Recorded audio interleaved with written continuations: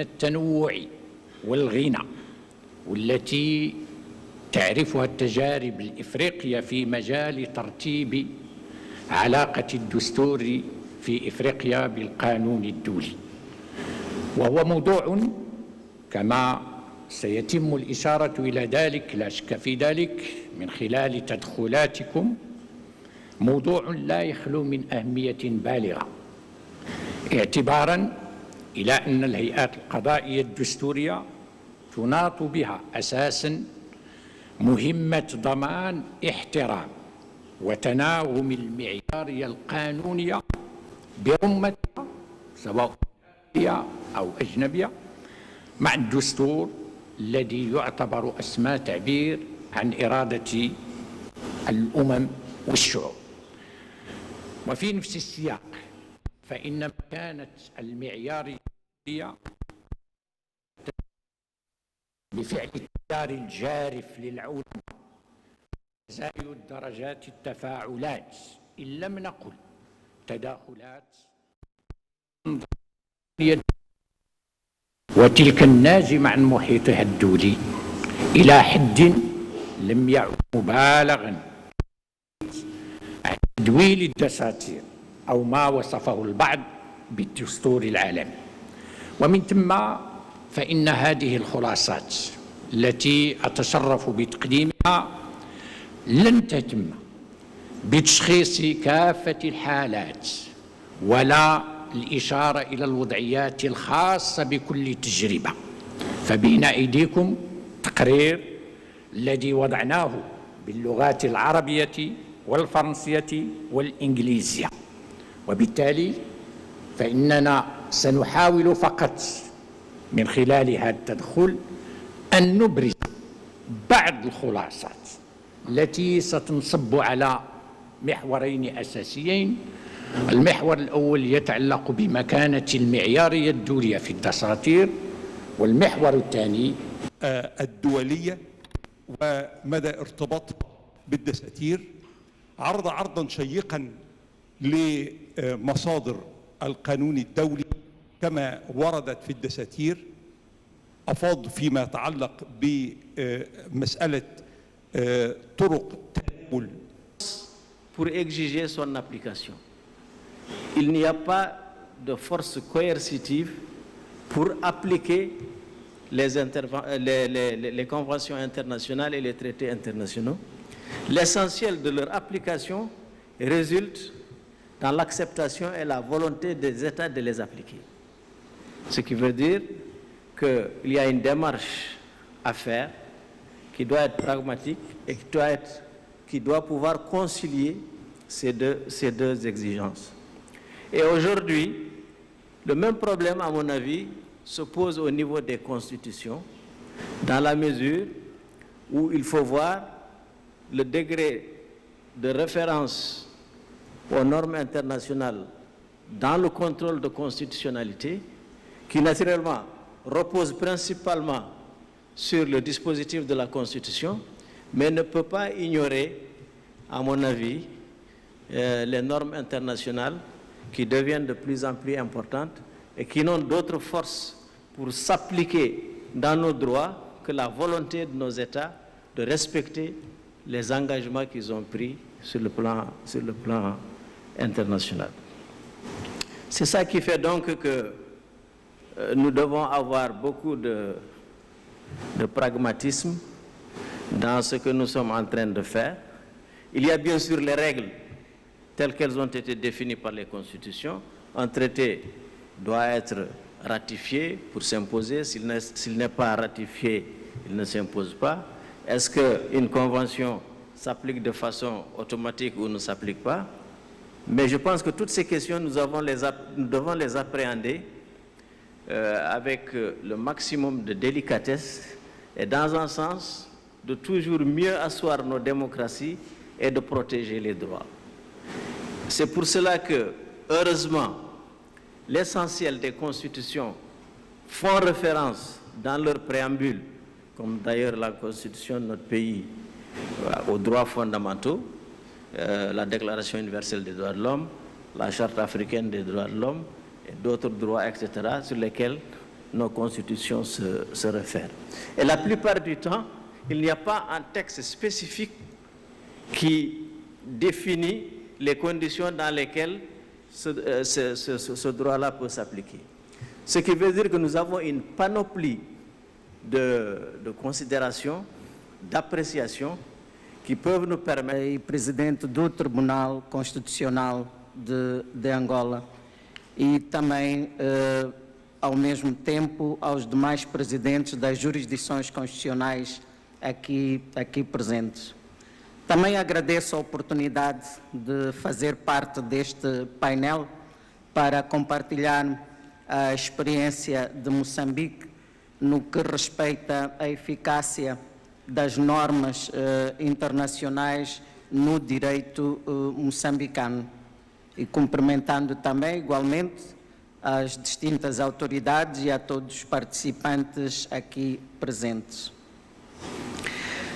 Devo dizer que esta questão da eficácia das normas internacionais ou o direito internacional no nosso país, nos últimos dias tem sido muito falado e muito abordado, infelizmente por razões, não as melhores razões, mas se tem acompanhado as notícias, nós temos o grande problema das dívidas ocultas, né?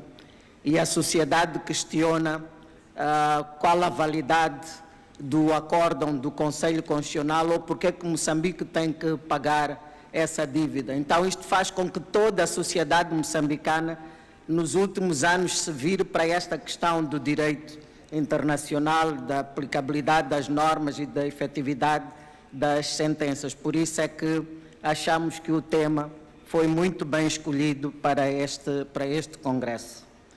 De facto, de chaque pays, et vous l'avez dit, et vous l'avez souligné, parce que c'est la volonté d'un peuple souverain qui a arrêté les dispositions d'une constitution et qui a érigé en loi fondamentale. Face à cette situation de la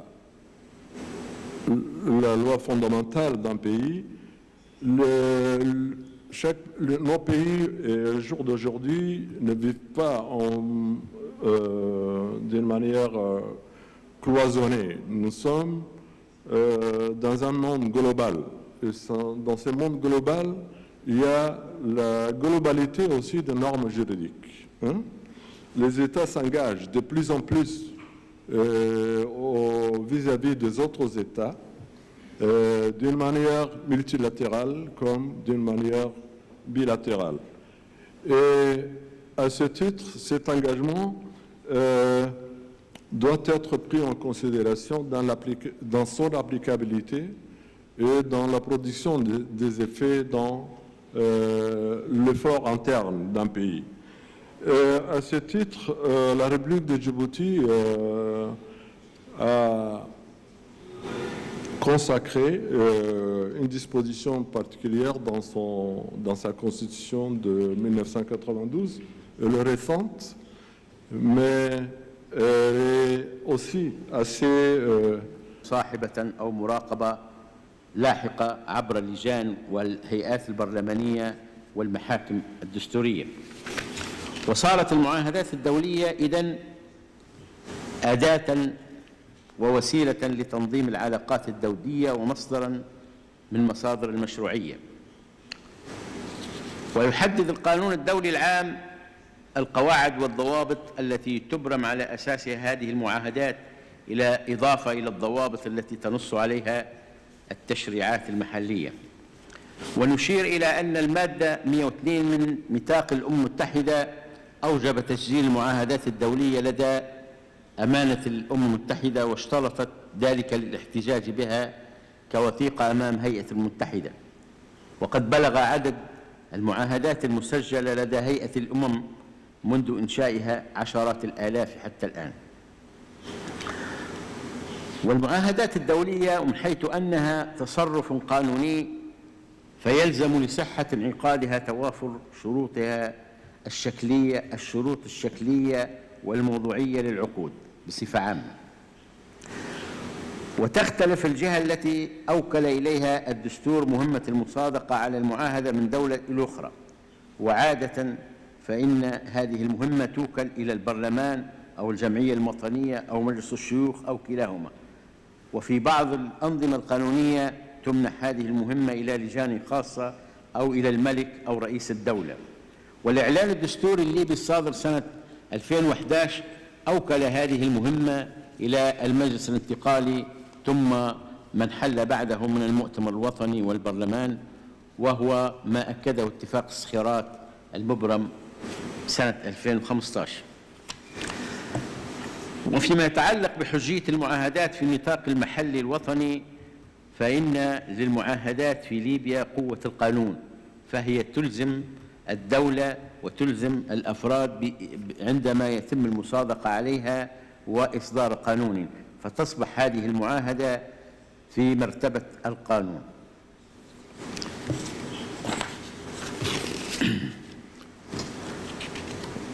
كما جاء بأحكام المحكمة العليا الليبية أن الاتفاقيات الدولية التي ترتبط بها ليبيا تكون نافذة مباشرة بمجرد إتمام إجراءات المصادقة عليها من السلطة التشريعية، وتكون لها أسبقية التطبيق على التشريعات الداخلية الليبية، بحيث إذا حدث تعارض بين أحكامها وأحكام التشريعات الداخلية فإن أحكام الاتفاقية هي الأولى بالتطبيق.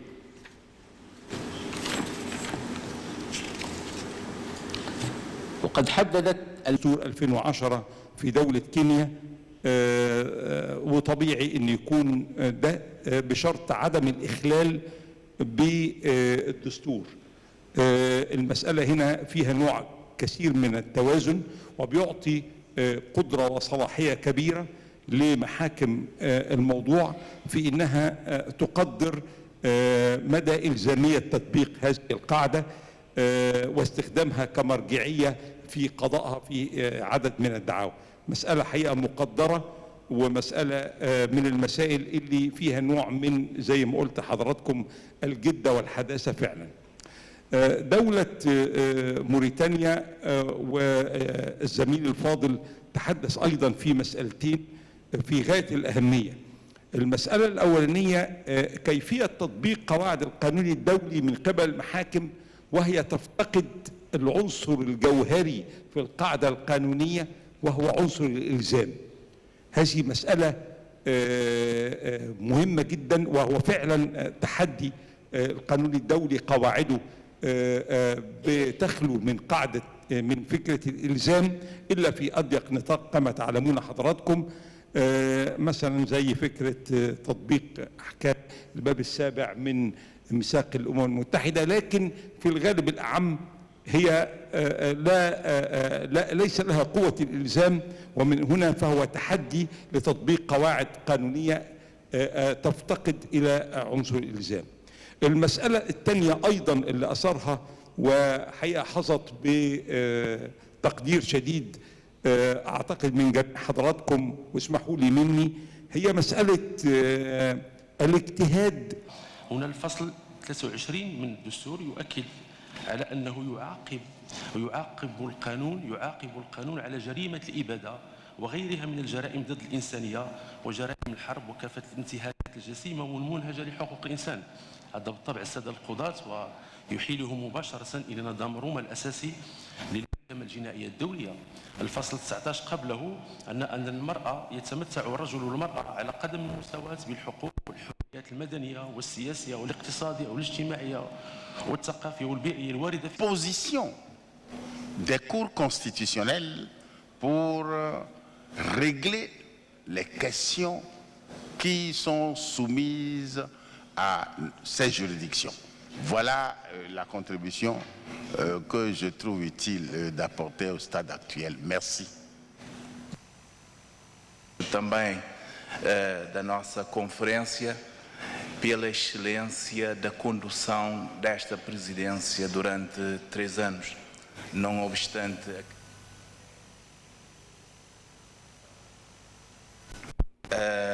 portanto, a minha intervenção em si.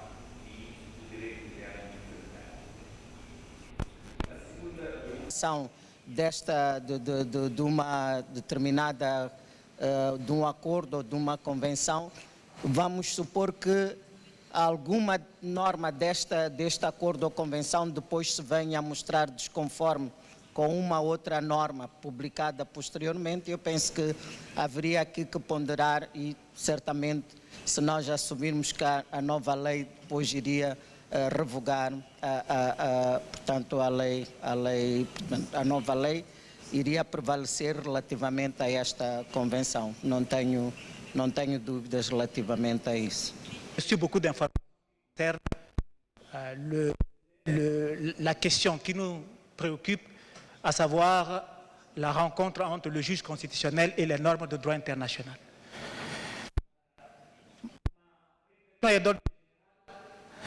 Il y a dans les différentes interventions quelque chose qui est revenu comme pratiquement à l'exception de 1948 et de l'UA sur les droits et les peuples.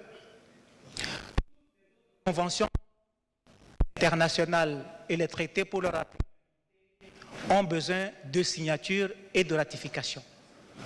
Or, cette signature, ces ratifications sont l'œuvre des autorités qui ne sont pas juridictionnelles. La question que nous sommes en train de discuter en ce moment, elle est très intéressante et je remarque simplement que ces autorités ne sont pas avec nous. Comment faire? Et je suggère qu'il y ait une initiative qui soit faite à l'endroit de ces personnes afin que ces personnes soient sensibilisées. Et je pense notamment, les panélistes l'ont dit, il s'agit du Parlement, il s'agit du gouvernement, il s'agit des présidents de la République, ou il s'agit de certains comités spéciaux selon les systèmes juridiques. Je propose qu'il y ait une initiative, soit sous forme de recommandations ou sous forme de rencontre avec ces autorités qui sont chargées de mettre en œuvre la signature et la ratification des conventions afin qu'elles soient sensibilisées sur l'intérêt de la question qui nous préoccupe en ce moment. Donc, le petit message, je voudrais juste, ici et maintenant, m'acquitter d'un devoir, celui d'exprimer les reconnaissances et les sympathies de Madame le professeur Daniel Darlan, président de la Cour constitutionnelle de la République centrafricaine, qui a été forcé à la retraite dans des conditions... Référence au droit international, notamment le droit international des droits de l'homme. Et c'est le cas de la Constitution du Niger, qui dans son préambule fait référence à la Déclaration universelle des droits de l'homme, à la Charte africaine des droits de l'homme, mais aux instruments pertinents de protection des droits humains. Alors, et la Constitution nigérienne, elle dit clairement que le préambule fait partie intégrante. Donc, le préambule fait partie intégrante de la Constitution. C'est-à-dire que le préambule donc, fait partie du bloc de constitutionnalité à la charge du juge constitutionnel. Donc, c'est ce côté du droit international qui est affirmé parmi les principes constitutionnels, qui est dans le bloc de constitutionnalité. Et donc, le juge doit y veiller. Et on sait que dans ces références, c'est surtout les références aux droits de l'homme, au droit international des droits de l'homme. L'autre versant, c'est au niveau des traités et accords internationaux. Là, on l'a dit, ils ont une force de loi, mais il y a des conditions de ratification, il y a la condition de réciprocité. Alors, pour rester efficace, aujourd'hui, la vraie problématique, il me semble, en ce qui concerne la question de ce rapport de juridiction constitutionnelle et le droit international, j'invite à ce qu'on focalise la réflexion sur la problématique du respect du droit international des droits de l'homme. Tout simplement parce que c'est devenu un vrai défi et on sait qu'aujourd'hui, les droits de l'homme sont au cœur de la construction même de l'état de droit. Et ce qui vient d'être invoqué, même ce qui se passe en Centrafrique, tout cela, a un rapport. Alors, la véritable question, est-ce qu'on ne va pas beaucoup réfléchir sur ces conventions aujourd'hui qui sont incluses dans nos constitutions, dans le bloc de constitutionnalité, qui font référence aux droits de l'homme, au droit international des droits de l'homme, dont il y a une véritable difficulté d'application, même il y a une véritable difficulté de la maîtrise par le juge lui-même. Et de manière plus générale, est-ce qu'il ne faudrait pas aussi réfléchir sur la création d'une cour constitutionnelle africaine qui va se pencher justement sur les principes communs, sur les principes constitutionnels communs en Afrique. Donc, c'est vraiment, je remercie les panélistes pour leur intervention très pertinente et je me demande, est-ce que au titre justement de la problématique aujourd'hui qui est posée, le côté versant droit international africain de civilisation, eh bien on peut s'interroger sur ce qu'on peut appeler valeur africaine de civilisation.